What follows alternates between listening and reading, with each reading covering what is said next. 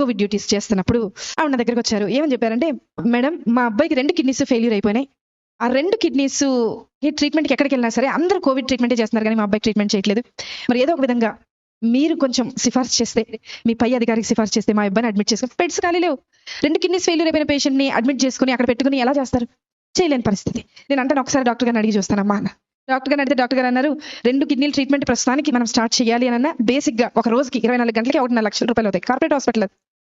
మరి వాళ్ళు కడతారా? నేను ఆవిడ దగ్గరికి వచ్చి అడిగాను. ఆవిడ ఈ బైబిల్ చూపించి అంది, అమ్మా నాకు వెనక ముందు ఎవ్వరు లేరు, నా దేవుడే నా దిక్కు, నేను ఎక్కడికి వెళ్ళి వెతకలేను, అడగలేను, దేవుడిని పట్టుకుని చెప్తున్నానమ్మా, 24 గంటల టైం ఇవ్వు, రేపటి లోపల కట్టేస్తాను. మీరు ఎక్కడైనా చూసారా హాస్పిటల్లో డబ్బులు కట్టకుండా ముందు జాయిన్ చేసుకున్న వాళ్ళు ఏమైనా చూసారా?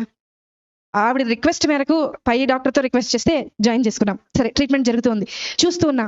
మొదటి గంట చూసా, ఆవిడ ఏం చేస్తుంది, ఎవరికైనా మెసేజ్లు పెడుతుందా, ఎవరికైనా వాట్సాప్లో మెసేజ్ పెట్టి డబ్బులు ఏమన్నా డొనేషన్ లాగా గ్యాదర్ చేస్తేమో. మధ్యాహ్నం 11:30కు ఆ సమయంలో అడ్మిట్ చేశాం.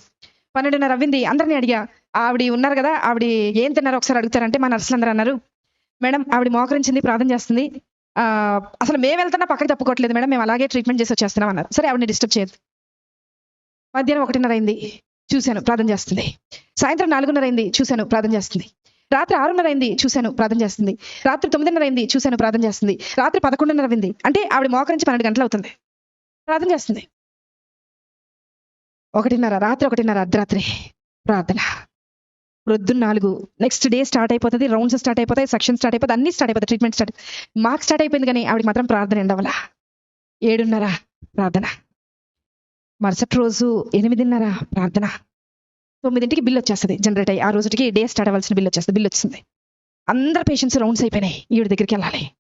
నా పైన ఉన్న డాక్టర్ అడిగారు, అమ్మా ఆవిడ బిల్ కట్టారా అని అడిగారు. నేను చెప్పబోతున్నా, నాకు భయం వేస్తుంది. ఎందుకో తెలుసా, ఆవిడ కట్టకపోతే నేను కడతానని చెప్పాను ఆయనకి. కానీ ఆవిడ ప్రార్థన చూసి నేను అనుకున్నా, కనీసం ఒక 75% నేను కడదాం, ఏదో చేయను ఉంటుంది కదా, మా ఆయనకి తెలియకుండా అమ్మేసి కట్టేసేద్దామని అనుకున్నా.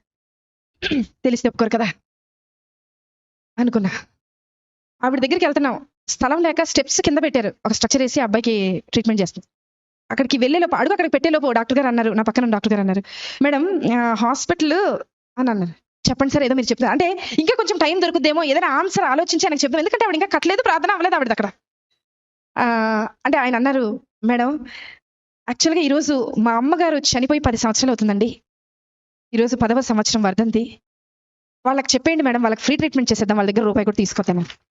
నేను వెళ్ళి లేపానావండి, లేపి తీసుకొచ్చాను. బిల్లు కట్టక్కర్లేదు నువ్వు అన్నా. నాకు తెలుసు మేడం, నా భర్త వదిలేసి వెళ్ళిపోయినా, నా బిడ్డ నా చెయ్యి దాటిపోయినా, నన్ను ఈ లోకంలోకి తీసుకొచ్చిన యేసయ్య నా చెయ్యి విడిచిపెట్టడం.